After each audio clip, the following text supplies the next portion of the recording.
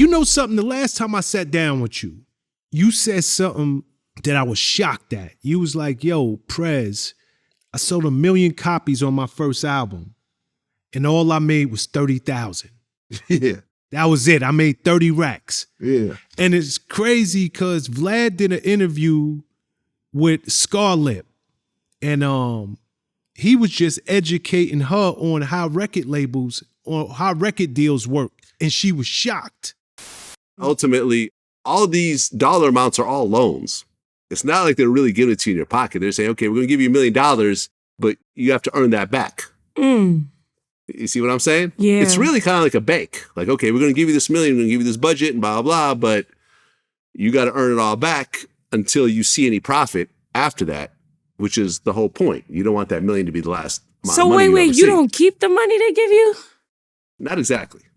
Not exactly. They'll give you, if they say it's $1 million deal, they'll say, okay, you get a certain amount of money up front, but then we're going to budget $1 million for your project, meaning that 200,000 might come from, your promo tour. Like the label's going to have to pay for all that. Your hair and makeup. A female rapper is expensive. So, your stylist and your makeup artist, the label's paying for that, but you're really paying for it yourself, right? Oh, but they're going to lend you the money up front. They're going to say, this is part of your $1 million deal. But, this amount will go to your makeup artist. This amount will go to your stylist. This amount will go to your travel.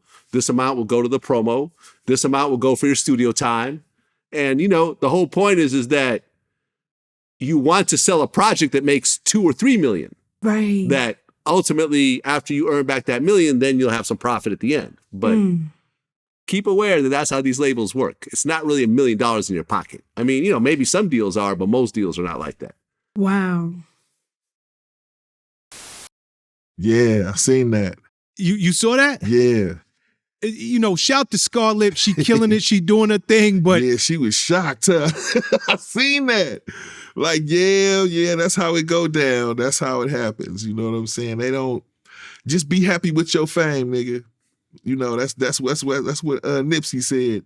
We making all the money, nigga. Just be happy with your fame. Basically. Shit. That's like I said. Everybody that's listening right now, do the math, man. 900,000 times 13. 900,000 times 13. That's how much money I generated on my first album. 11,700,000, some shit around there. I seen 30,000. Okay, y'all? I didn't see shit. Then when I started talking shit, they stopped marketing and promoting my record. So the next label would sign me for less money when I wanted to get off the label. So now it's that was robbery. That was modern day slavery, robbery. That was I got robbed. All the people I was talking about jacking in my songs and all that shit, motherfuckers I robbed and all of that shit or whatever. Shit, that wasn't nothing. I robbed them for chicken scratch. I got robbed for over a couple of million. I didn't even see $500,000 of that money. I didn't even see $500,000 out of that 11 million. Maybe 100,000, maybe. You know what I'm saying? Ain't no love, nigga. You ain't be happy with your fame. You know what I'm saying? So now it's we own this shit. You can't put it out. Now you dealing with streams and shit, and you getting less money for streams. Shit. Like, we need some type of union. This shit ain't working. I see why the actors is fucking striking and shit like this, because this shit right here don't make no fucking sense. That shit is crazy. Y'all just fucked my whole generational wealth off. I can't go buy the house for my mom that I wanted to buy her and shit. That I told her Mama, I'm gonna be a rap star, Mama, and I'm gonna buy you a house. Bullshit. Nigga, you ain't gonna make that much motherfucking money. We taking all that. You know what I'm saying?